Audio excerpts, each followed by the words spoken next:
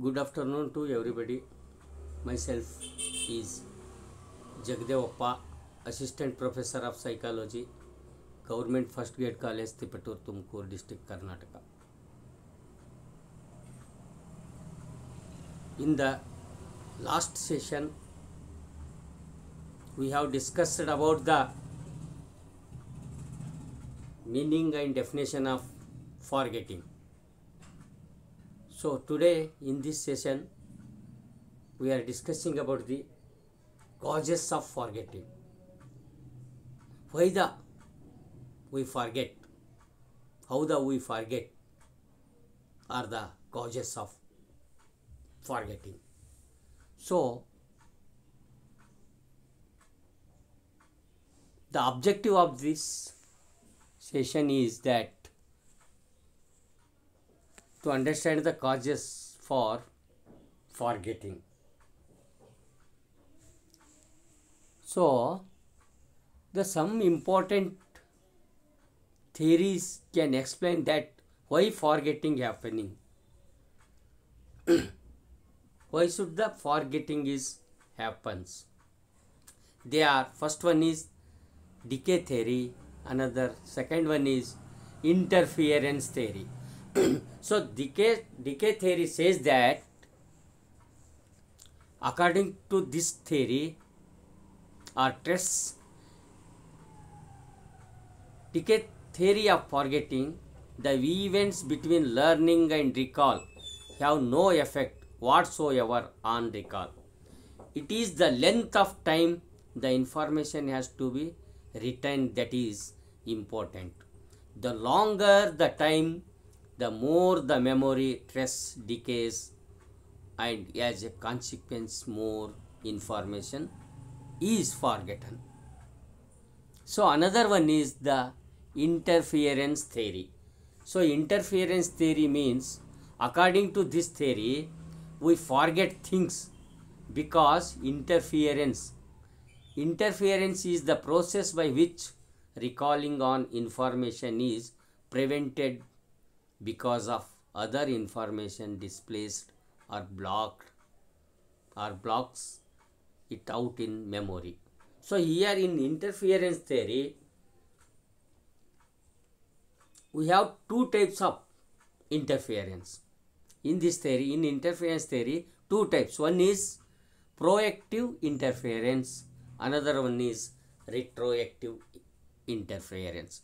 So proactive interference means, in proactive interference, recalling new things is blocked by old things, or in proactive interference refers to learned earlier in interference with the recall of new information. So retroactive interference is, in retroactive interference, recalling old things is blocked by a new things. Or retroactive interference is, it refers to new information interference with the recall by old information. These two theories are the interference theory. So ಇದನ್ನೇ ನಾವು ಕನ್ನಡದಲ್ಲಿ ಏನು ಹೇಳೋದಾದರೆ, ಸ್ಮೃತಿಗೆ ಸಂಬಂಧಿಸಿದ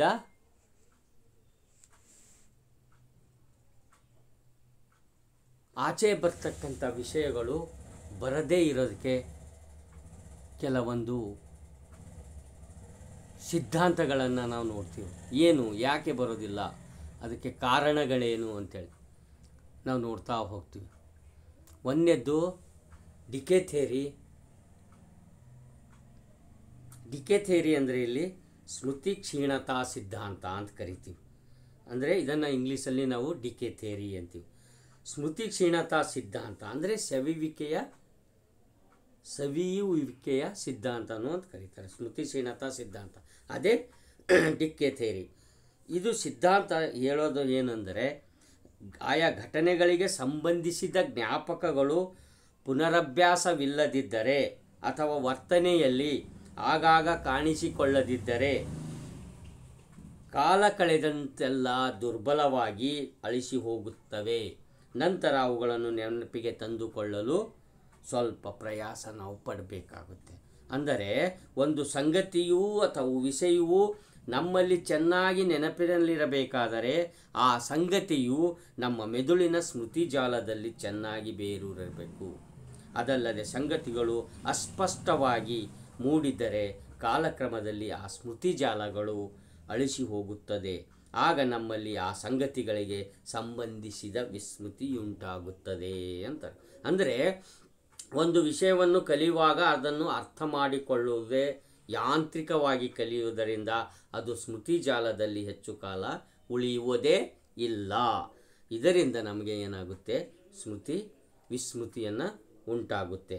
ಹಾಗೆ ಒಂದು ವಿಷಯವನ್ನು ಕಲಿಯುವಾಗ ಅದರಲ್ಲಿ ಆಸಕ್ತಿ ಮತ್ತು ಅವಧಾನದ ಕೊರತೆಯಾದರೂ ಆ ವಿಷಯವು ಸ್ಮೃತಿ ಜಾಲದಲ್ಲಿ ಉಳಿಯದೆ ಕಲಿಕೆ ಮತ್ತು ಸಮಯ ಎರಡೂ ವ್ಯರ್ಥವಾಗಿ ನಮಗೆ ವಿಸ್ಮೃತಿ ಉಂಟಾಗುತ್ತೆ ಅಂತ ಹೇಳುತ್ತೆ. ಒಟ್ಟಾರೆಯಾಗಿ ಹೇಳೋದಾದರೆ ಕಲಿಕೆಗೂ ವಿಸ್ಮೃತಿಗೂ ನಿಕಟವಾದಂಥ ಸಂಬಂಧ ಇದೆ ಅಂತ ಹೇಳ್ಬೋದು. ಅಂದರೆ ಬಹಳಷ್ಟು ಅಧ್ಯಯನಗಳ ಪ್ರಕಾರ ನಾವು ಒಮ್ಮೆ ಕಲಿತದ್ದು ಮಿದುಳಿನಲ್ಲಿ ಚೆನ್ನಾಗಿ ಬೇರೂರಬೇಕಾದರೆ ಜೈವ ರಾಸಾಯನಿಕ ಕ್ರಿಯೆಗಳು ಅಂದರೆ ಚಯಾಪಚಯ ಕ್ರಿಯೆಗಳು ಕಾರಣವಾಗಿದ್ದು ಅವುಗಳು ಸ್ಮೃತಿ ಜಾಲದ ಮೇಲೆ ಸದಾ ಪರಿಣಾಮಕಾರಿಯಾಗಿರುತ್ತವೆ. ಸೊ ಆದುದರಿಂದ ನಾವು ಏನು ಆಹಾರ ತೆಗೆದುಕೊಳ್ತೀವೋ ಈ ಥಿಯರಿ ಪ್ರಕಾರ ಎಂಥ ಪ್ರತ್ಯಾವರಣ ಇದೆ ಅದರ ಮೇಲೆ ಅವಲಂಬನೆಯಾಗಿರುತ್ತೆ. ಮನಸ್ಸಿನ ಸ್ಪಷ್ಟತೆ ಅದರ ಮೇಲೆ ಅವಲಂಬನೆಯಾಗಿರುತ್ತೆ. ಇವೆಲ್ಲವೂ ಆರೋಗ್ಯಕರವಾಗಿಲ್ಲದಿದ್ದರೆ ನಮಗೆ ಬಹಳ ಬೇಗ ಮನಸ್ಸು ದುರ್ಬಲಗೊಂಡು ನಾವು ಆಯಾಸಗೊಂಡು ಏನು ಮಾಡ್ತೀವಿ ಅಂದರೆ ಸ್ಮೃತಿ ಕಳೆದುಕೊಳ್ಳುತ್ತೇವೆ ಅಂತ ಈ ಕ್ಷೀಣತಾ ಸಿದ್ಧಾಂತ ಹೇಳುತ್ತೆ. ಸ್ಮೃತಿ ಕ್ಷೀಣತಾ ಸಿದ್ಧಾಂತ ಮರುವಿಗೆ ಇಂಥ ಕಾರಣಗಳಿದ್ದಾವೆ ಅಂತ ಹೇಳುತ್ತೆ. ಇನ್ನು ಎರಡನೇದಾಗಿ ವ್ಯತೀಕರಣ ಅಂದರೆ ವ್ಯತೀಕರಣ ಸಿದ್ಧಾಂತ. ವ್ಯತೀಕರಣ ಅಂದರೆ ಇಲ್ಲಿ ಒಂದು ವಿಷಯಕ್ಕೆ ಇನ್ನೊಂದು ವಿಷಯ ಅಡೆತಡೆ ಮಾಡೋದು, ಒಂದು ಘಟನೆಗೆ ಇನ್ನೊಂದು ಘಟನೆ ಅಡೆತಡೆ ಮಾಡೋದು. ಮೊದಲು ಯಾವುದೋ ಘಟನೆ ನಮ್ಮ ಹತ್ರ ಸ್ಮೃತಿಯಲ್ಲಿ ಇಟ್ಕೊಳ್ಳೋಕೆ ಬಂದಾಗ ಅದಕ್ಕೆ ಈಗಿರುವ ಘಟನೆ ಅಡ್ಡೆ ಮಾಡೋದು, ಅಥವಾ ಈಗಿರುವ ಘಟನೆಗೆ ಮೊದಲಿನ ವಿಷಯ ಮೊದಲೇನು ಕಲ್ತಿರ್ತೀವಿ ಅದು ಈಗಿಂದಕ್ಕೆ ಘಟನೆ ಮಾಡೋದು, ಈಗೇನು ಕಲ್ತಿರ್ತೀವಿ ಇದು ಆ ಮೊದಲಿನ ಕಲಿಕೆಗೆ ಅಡೆತಡೆ ಮಾಡುವುದು, ಅಡ್ಡಿಯನ್ನುಂಟು ಮಾಡುವುದು. ಇವು ಎರಡು ಪ್ರಕಾರವಾಗಿ ನಾವು ನೋಡ್ತೀವಿ. ಅಂದರೆ ಒಂದು ಪೂರ್ವಲಕ್ಷಿ ಅವರೋಧ, ಕನ್ನಡದಲ್ಲಿ ಏನಂತಾರೆ ಅಂದರೆ ಇದಕ್ಕೆ ಇಂಟರ್ಫಿಯರೆನ್ಸ್ ಥಿಯರಿಗೆ ಅವರೋಧ ಅಂತ ಕರೀತಾರೆ. ಪೂರ್ವಲಕ್ಷಿ ಅವರೋಧ ಅಥವಾ ಹಿಮ್ಮುಖ ಅವರೋಧ ಅಂದರೆ ರಿಟ್ರೋಯಾಕ್ಟಿವ್ ಇಂಟರ್ಫಿಯರೆನ್ಸ್. ಇನ್ನೊಂದು ಅಗ್ರವರ್ತಿ ಅವರೋಧ ಅಥವಾ ಮುಮ್ಮುಖ ಅವರೋಧ, ಇದನ್ನು ಪ್ರೋಯಾಕ್ಟಿವ್ ಇಂಟರ್ಫಿಯರೆನ್ಸ್ ಅಂತ ಕರಿತೀವಿ. ಈ ಪೂರ್ವಲಕ್ಷಿ ಅವರೋಧ ಅಂದರೆ ರಿಟ್ರೋಯಾಕ್ಟಿವ್ ಇನ್ಹಿಬಿಷನ್ ಅಂದರೆ ಹೇಗಾಗುತ್ತೆ ಅಂದರೆ ವಿಸ್ಮೃತಿಯ ಕಾರಣಗಳಲ್ಲಿ ಪೂರ್ವಲಕ್ಷಿ ಅಥವಾ ಹಿಮ್ಮುಖ ಅವರೋಧ ಒಂದು ಕಾರಣವಾಗಿದೆ. ಅಂದರೆ ಹೊಸದಾಗಿ ಕಲಿತ ವಿಷಯವು ಅದಕ್ಕೆ ಹಿಂದೆ ಕಲಿತಿದ್ದ ವಿಷಯದ ಅಥವಾ ಅನುಭವದ ಮನನ ಪ್ರಕ್ರಿಯೆಗೆ ಅಡಚಣೆಯಾಗಿ ಪರಿಣಾಮಿಸಿದರೆ ಅದನ್ನು ನಾವು ಏನಂತ ಕರಿತೀವಿ, ಹಿಮ್ಮುಖ ಅಥವಾ ಪೂರ್ವಲಕ್ಷಿ ಅವರೋಧ ಅಂತ ಕರಿತೀವಿ. ಅಂದರೆ ಇಲ್ಲಿ ಏನಾಗುತ್ತೆ ಅಂದರೆ ನಾವು ಹೊಸದೇನೋ ಒಂದು ಕಲಿತಾ ಇರ್ತೀವಿ, ಅದಕ್ಕೆ ಹಿಂದೇನು ವಿಷಯ ಕಲ್ತಿರ್ತೀವಿ ಅದು ಅನುಭವದ ಪ್ರಕ್ರಿಯೆಗೆ ಅಡಚಣೆ ಮಾಡುತ್ತೆ.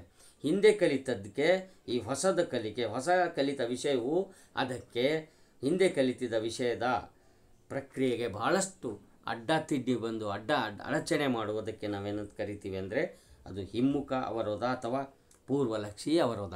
ಇನ್ನೊಂದು ರಿಟ್ರೋಯಾಕ್ಟಿವ್ ಇನ್ಹಿಬಿಷನ್, ಪ್ರೋಯಾಕ್ಟಿವ್ ಇನ್ಹಿಬಿಷನ್.